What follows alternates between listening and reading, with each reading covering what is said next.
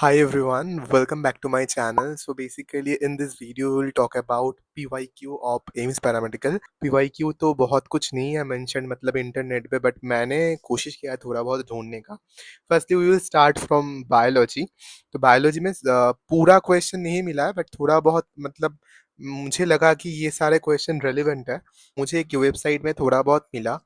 पूरा तो नहीं कह सकता कि ये पूरा एज इट इज क्वेश्चन है, बट थोड़ा बहुत आप लोगों को एक आइडिया दे सकता हूँ मैं कि कैसे क्वेश्चन आएगा। तो I am saying one question, bicarbonate ion is produced inside.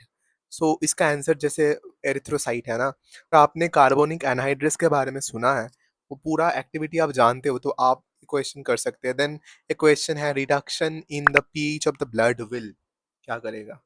Okay, चारों ऑप्शन रहेंगे जैसे रहता है। क्वेश्चंस मोस्टली वन लाइनर होंगे, तो आपको कोई चिंता करने की कोई ज़रूरत नहीं है। क्वेश्चन पूछ लिया है कि बाउमेंस कैप्सूल क्या है। Okay, then kidney crystals are solid clusters of किसका होता है, ये भी ऑप्शन आपको मिलेगा। Then pelvic girdle of man consist of, ऐसा क्वेश्चन ही आएगा। मतलब जो वन लाइनर होते हैं बिल्कुल एसेशन रीजन, ऐसा कुछ डिफिकल्टीज नहीं है। देन केमिस्ट्री के कुछ क्वेश्चन मैं बोल सकता हूँ आपको, जैसे कि एक मोलर मास पूछा है पूरा, मतलब डायरेक्ट C6H10O5 का एक क्वेश्चन है। मतलब ये पकड़ के मत चलो, हमारे यहाँ पे ऐसा कोई क्वेश्चन नहीं था, बट थोड़ा बहुत आप आइडिया ले सकते हो कि कैसा क्वेश्चन होता है। जैसे कि क्वेश्चन पूछा है, which bond is expected to be least polar. एक क्वेश्चन है, chlorobenzene is, okay. Then structure related question है, डायग्राम रिलेटेड। जो लोगों ने पूछा था कि डायग्राम आता है या नहीं, भाई ऑर्गेनिक अच्छे से कर के जाना। मैंने बताया पहले भी कि ऑर्गेनिक से क्वेश्चन ज़्यादा आते हैं, तो ऑर्गेनिक अच्छे से करके जाना, ज़्यादातर 12 अच्छे से करना, एंड देन नेमिंग तो करके ही जाना। ओके, देन फिजिक्स में आते हैं।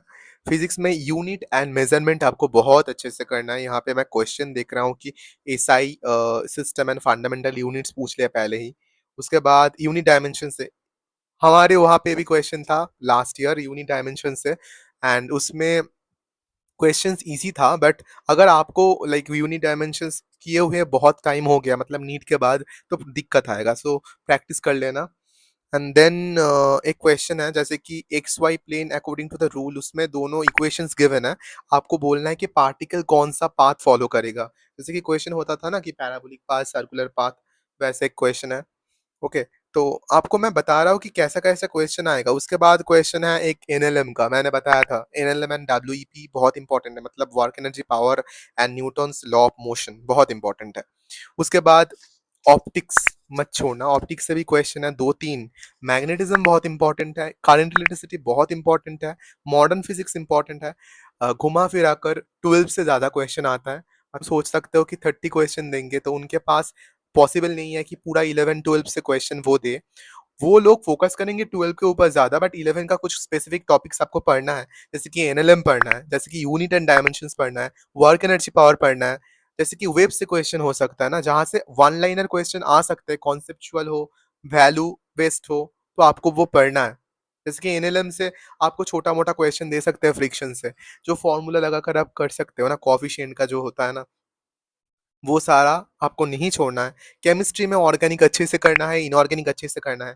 जो लोग पूछते हैं मुझे कि ऑर्गेनिक कौन सा पोर्शन करना है, इतना पार्ट है। अल्कोहल, फेनॉल, एल्डिहाइड, कीटोन 12 का जो पार्ट है वो अच्छे से कर लो। Polymer chemistry in everyday life नहीं छोड़ना है, बिकॉज उससे भी वन लाइनर क्वेश्चन आने का चांस बहुत है। लास्ट ईयर बैकेलाइट का क्वेश्चन आया था, तो आप सोच सकते हो कि पॉलीमर से क्वेश्चन आएगा, ये पकड़ के चलो। फॉर द बायोलॉजी में कहूंगा, तो इसमें थोड़ा बहुत गिवन है, तो मैं उससे आपको बता सकता हूँ कि क्वेश्चन कैसे हो सकता है। जैसे कि यहाँ पे पूछा है ना, reduction in pH of the blood will, उसमें ऑप्शन गिवन है देखो, release bicarbonate ions by the liver. B option, decrease the affinity of haemoglobin with oxygen. C option, reduce the blood supply to the brain. And D option, reduce the rate of the heart beat. Okay, then spirometer का एक question है, मतलब आप सोच के रखो कि spirometry आएगा। मैंने दूसरे एक साइड में भी देखा कि टाइडल वॉल्यूम पूछ के रखा है। टाइडल वॉल्यूम अगर नहीं भी पूछेगा, ऐसा पूछ सकता है कि स्पायरोमेट्री में कौन सा मेजर नहीं होता। वन लाइनर क्वेश्चन कर लो, ज्यादा टेंशन लेने की जरूरत नहीं है। मतलब आप सोच रहे हो कि कैसा क्वेश्चन आएगा, मुझे तो नहीं आएगा। भाई अगर तुमने कुछ नहीं पढ़ा है तो स्ट्रेट फॉरवर्ड एनसीईआरटी का लाइन बाय लाइन थोड़ा बहुत पढ़ लो। मॉर्फोलॉजी से क्वेश्चन आ सकता है इस बार, कि पूछ लिया इंडिगोफेरा, इसका फैमिली बताओ। आप बताओगे भाई नीट में तो ये नहीं था, ये तो एक्सक्लूडेड था। एम्स पैरामेडिकल ने एक बार भी नहीं बोला कि हमारे एग्जाम में ये हम नहीं देंगे। सो थोड़ा बहुत पढ़ लेना। देन वो बोल सकते हैं कि ये वाला प्लासेंटेशन बताओ, प्लासेंटेशन ही तो कहते हैं। हाँ, हाँ, हाँ। देन उसमें वेनेशन पूछ सकते हैं। Simple simple questions, one liner आपको देख कर जाना है। एनिमल किंगडम से सिंपल सिंपल क्वेश्चन पूछेंगे। अगर क्वेश्चन पूछते हैं 12 से ज़्यादा पूछेंगे, जैसे कि रिप्रोडक्शन से, जो एनवायरमेंटल इश्यूज है ना, इकोलॉजी, इस टॉपिक्स के क्वेश्चन, किसने क्या थ्योरी दिया था, बहुत इंपॉर्टेंट है। वन लाइनर क्वेश्चन आपको करना है। जैसे कि ऐसा पूछ लिए तो बहुत इंपॉर्टेंट है, लाइक ओव्यूल से सीड एंड ओवरी से जो फ्रूट रिलेशन है ना, ये सारी चीज तो आप लोगों को, सब लोगों को आता है।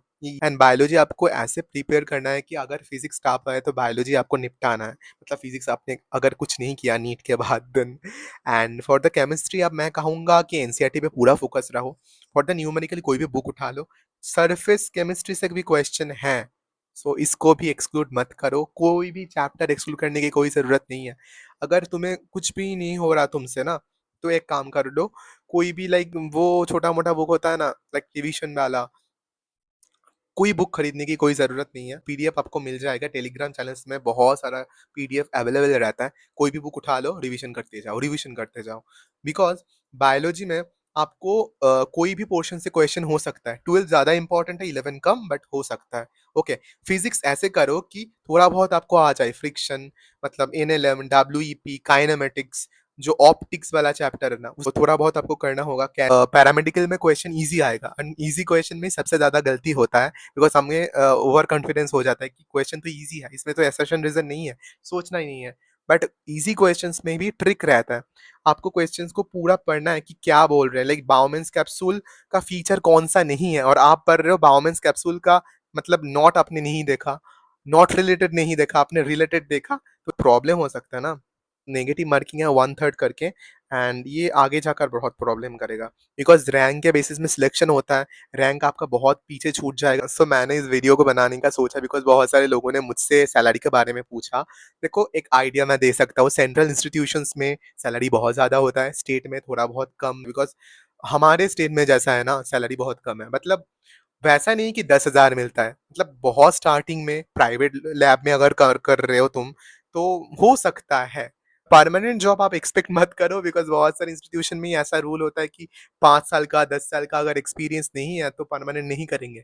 5 साल का तो होता है, मतलब हाँ, मैंने जितना देखा है, बहुत सारे में कर परमानेंट कर देते हैं। जैसे कि मैंने दिल्ली का लैब टेक्नोलॉजी का अच्छा-अच्छा कॉलेज का एक नोटिस देखा था, अगर मुझे मिलेगा तो मैं इसमें अटैच कर दूँगा।